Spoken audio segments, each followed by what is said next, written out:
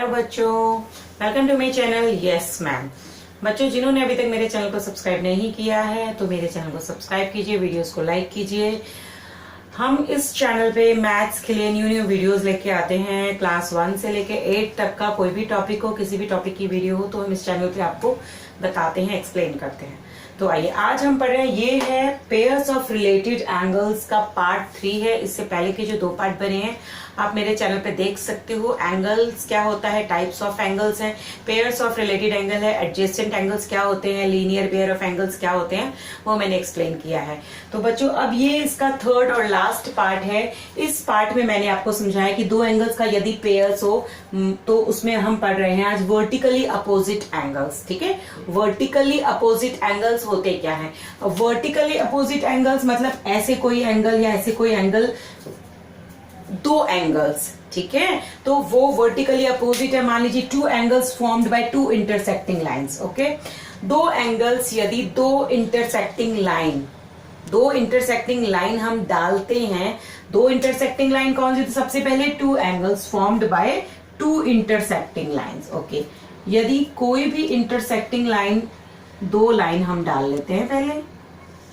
Okay okay, अब 2 intersecting lines हैं।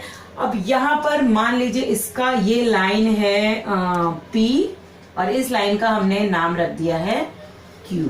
Okay, अब यहां पे एक एंगल बन रहा है, ये एंगल 1, यहां पे भी एक एंगल बन रहा है, ये एंगल 2 नाम दे देते हैं, ये भी एक एंगल बन रहा है, ये 3 और ये भी एक एंगल बन रहा है। ये देखिए ये एंगल बन रहा है ना ऐसे, ये एंगल 4। तो हमने अब यहाँ पे 2 इंटरसेक्टिंग लाइंस की है। हमने यहाँ पे 2 एंगल बनाए, 1 2, फिर 2 एंगल और बनाए 3 4। जब हम 2 लाइन स्ट्रेट लाइंस को इंटरसेक्ट करते हैं तो उस पे हमारे 4 एंगल्स बनते हैं, 1 2 3 4 एंगल्स बनते हैं। बट हमें तो देखने हैं वर्टिकली अपोजिट एंगल्स कौन से होते हैं। ठीक है, तो यदि हमने 2 इंटरसेक्ट लाइन की, अब मान लीजिए मैंने ये एंगल 1 है मेरा, ठीक है, अब इन एंगल्स में इस और ये है मेरा angle 3। Okay, in this adjacent figure, in adjacent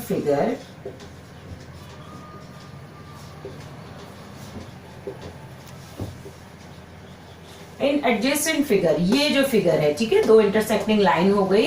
in this adjacent figure intersecting line कौन सी हो गई है? ओके, इंटरसेक्टिंग लाइन कौन सी हो गई है? Line P and Q। Okay, अब यहां हम देख रहे हैं angle 1 and angle 3। Okay, vertically opposite देख रहे हैं हम। तो यहाँ पे एंगल 1 और एंगल 3 में हैविंग नो कॉमन आर्म। ठीक है, हम कंपेयर कर रहे हैं 1 को 3 से, 1 को 2 से नहीं कर रहे हैं। 1 और 2 लीनियर पेयर बन जाता है, 1 को हम 3 से कंपेयर करें। जहां पर वर्टिकली अपोजिट हम 2 एंगल बना रहे हैं तो 1 और 3 में कोई भी कॉमन आर्म नहीं है। ठीक है, ये जो है ये एंगल 1 है, यहां से लेके यहां, ये एंगल 1, सॉरी, ये एंगल 1 है और ये जो एंगल बन रहा है ये हमारा एंगल 3 है। अब इस एंगल में और इस एंगल में कोई कॉमन आर्म है? कोई भी कॉमन आर्म ही नहीं है। इस पूरी फिगर, ये फिगर पूरी एडजेसेंट है। ठीक है, ये एंगल इससे जुड़ा है, ये एंगल इससे जुड़ा है, ये एंगल इससे जुड़ा है, तो ये एडजेसेंट फिगर है। लेकिन अब हम कंपेयर कर रहे हैं 1 और 3 में, तो यहाँ इस फिगर में वर्टिकली अपोजिट एंगल ये होंगे, 1 एंड 3 होंगे, बिकॉज इनके बीच में कोई भी कॉमन आर्म नहीं है। तो इन एंगल्स के बीच में जिनमें कोई कॉमन आर्म ही नहीं होती है और जो 2 इंटरसेक्टिंग लाइन से मिलके बने होते हैं तो वो हमारे वर्टिकली अपोजिट एंगल होते हैं। तो 1 एंड 3 एंगल्स जो हैं वो वर्टिकली अपोजिट एंगल्स हैं। ठीक है, और सिमिलरली वर्टिकली अपोजिट है ये। ओके, तो सिमिलरली एंगल 2 एंड एंगल 4 भी इक्वल हुए। फिर एंगल 2 एंड एंगल 4 भी वर्टिकली अपोजिट हुए हमारे।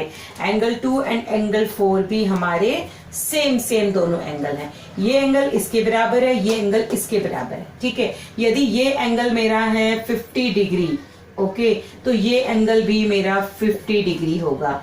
Angle 1 is equal to angle 3, तो यदि ये 50 डिग्री है तो ये भी मेरा 50 डिग्री ही होगा। ठीक है, 50 डिग्री 50 डिग्री ही होगा। और आपको पता है कि किसी भी यदि एक स्ट्रेट लाइन पे सारी तरफ एंगल, 4 एंगल बने हुए हैं, तो इन सबका सम 360 आएगा।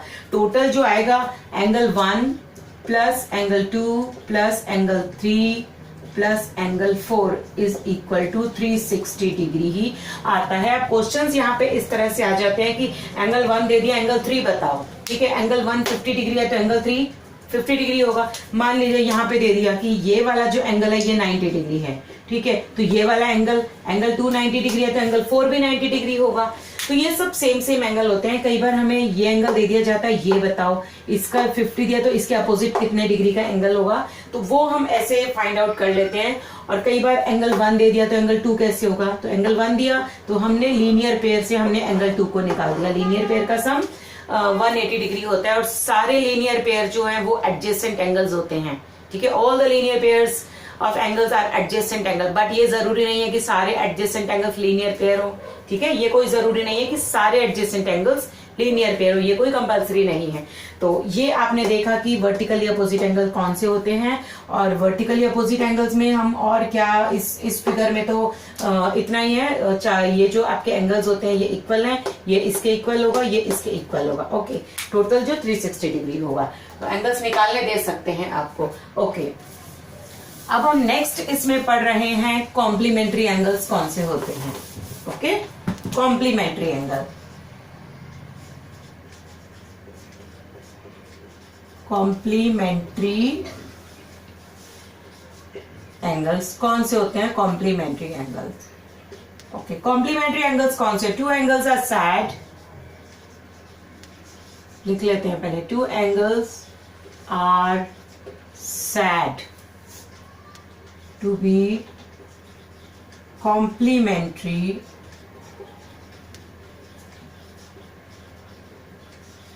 angles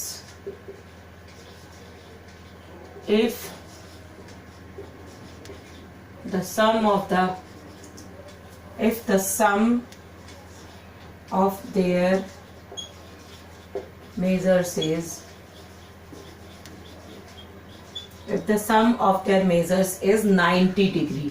ठीक है, 2 एंगल्स कॉम्प्लीमेंट्री एंगल्स कब होंगे, जब उन दोनों एंगल्स का सम 90 डिग्री होगा। ठीक है, अब कॉम्प्लीमेंट्री एंगल जो हैं वो एडजेसेंट हो भी सकते हैं और may be adjacent. Okay, adjacent हो भी सकते हैं, मे बी एडजेसेंट और नॉट।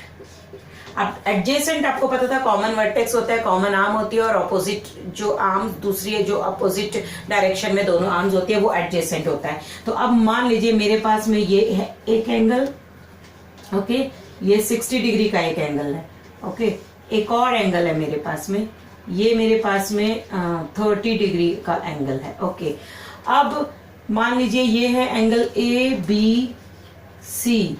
DE F। अब क्या ये दोनों एंगल्स एडजेसेंट, क्या ये दोनों कॉम्प्लीमेंट्री एंगल्स हैं, तो हम क्या देखेंगे, इसको कॉम्प्लीमेंट्री देखने के लिए हम करेंगे angle ABC plus angle EDF।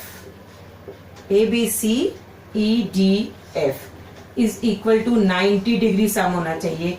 तो 60 degree plus 30 degree is equal to 90 degree इनका सम आ रहा है। तो दे आर कॉम्प्लीमेंट्री। ठीक है, तो ये दोनों एंगल्स क्या होंगे, कॉम्प्लीमेंट्री एंगल्स होंगे। ये जरूर, कई बार क्या होता है कॉम्प्लीमेंट्री एंगल में एक एंगल दे दिया जाए। एडजेसेंट फिगर कैसी होती है, मान लीजिए एडजेसेंट भी हो, जैसे मे बी एडजेसेंट और नॉट, तो एडजेसेंट एंगल्स ऐसे होंगे। मान लीजिए इसी में बना हुआ है ये एंगल। ठीक है, एक ये रफ कर देते हैं। अब मान लीजिए ये मेरे पास में एंगल बना हुआ है। ठीक है, 90 डिग्री बना हुआ है। ओके, अब मेरे पास एक एंगल तो हो गया है 40 डिग्री। अब दूसरा एडजेसेंट एंगल बताओ, दूसरा एंगल होगा 50 डिग्री आपको निकालना होगा। 90 में से आप 40 को माइनस करोगे तो ये वाला एंगल निकल आएगा। तो इसी तरह से एडजेसेंट एंगल्स भी कॉम्प्लीमेंट्री एंगल्स हो सकते हैं। सम देखना होता है हमें और फाइंड आउट करना है, तो 90 में से एक एंगल दिया है तो उसको माइनस कर देते हैं, तो वो हमारा उसका कॉम्प्लीमेंट्री निकल जाएगा। और इसे हम क्या कहते हैं, एंगल, जैसे कि एक एंगल दूसरे का कॉम्प्लीमेंट है। यदि सम 90 डिग्री आता है तो one angle is complement to the other angle. Okay, समझ आया ये। अब हम पढ़ रहे हैं सप्लीमेंट्री एंगल्स क्या होता है। लास्ट है हमारा ये सप्लीमेंट्री एंगल्स क्या होते हैं। ठीक है,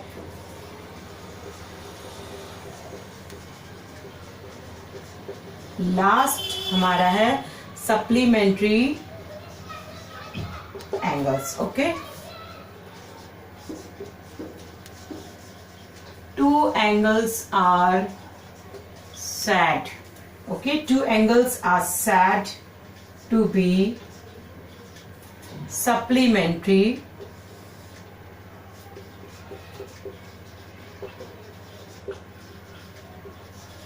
if their sum of their measures is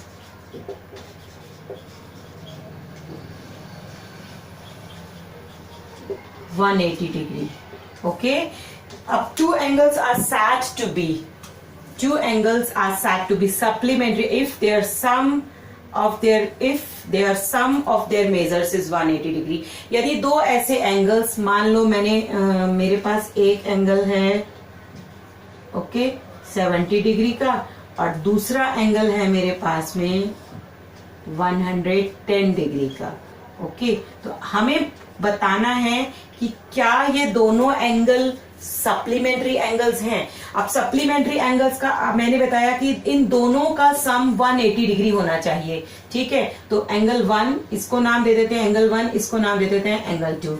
okay, तो इनका सम होना चाहिए सबसे पहले तो 180 डिग्री, तो angle 1 plus angle 2 is equal to 180 degree. तो एंगल 1 है 70 डिग्री प्लस एंगल 2 है 110 डिग्री, तो ये दोनों का सम 180 डिग्री, तो दे आर सप्लीमेंट्री एंगल। तो यानी एक एंगल दूसरे का सप्लीमेंट है। ठीक है, आप ऐसे भी लिख सकते हो ABCDEF, ये भी लिख सकते हो कि angle ABC is the supplement of angle DEF। ठीक है, बिकॉज देयर सम इज, ये भी लिख सकते हो DEF is equal to 180 degree. अब इसमें आपको फाइंड आउट भी करना आ सकता है कि मान लीजिए ये नहीं दिया गया कितने का एंगल है, खाली ये 110 दे दिया गया है, एंगल 2 दे दिया गया है, तो फर्स्ट एंगल नहीं दिया गया है आपको, तो आप लिखोगे इसको ऐसे ही angle ABC plus angle DEF दे दिया गया है आपको, तो वो लिखोगे 110 degree is equal to 180 degree, और angle ABC is equal to 180 degree minus 110 degree is equal to 70 degree. तो ये फाइंड आउट करना भी आ सकता है कि आपको दो एंगल दिए जा रहे हैं और आपको एक एंगल बनाना है, बताना है सप्लीमेंट्री एंगल कौन से होते हैं जिनका सम, दो एंगल्स का सम 180 डिग्री। अब सप्लीमेंट्री एंगल में 180 डिग्री सम आपको दिया गया, तो ये दोनों एंगल एडजेसेंट भी हो सकते हैं और नहीं भी हो सकते।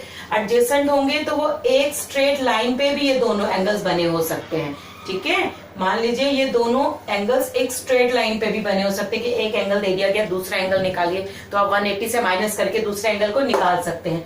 तो these angles are may not be adjacent angle भी हो सकते हैं और एडजेसेंट एंगल नहीं भी हो सकते।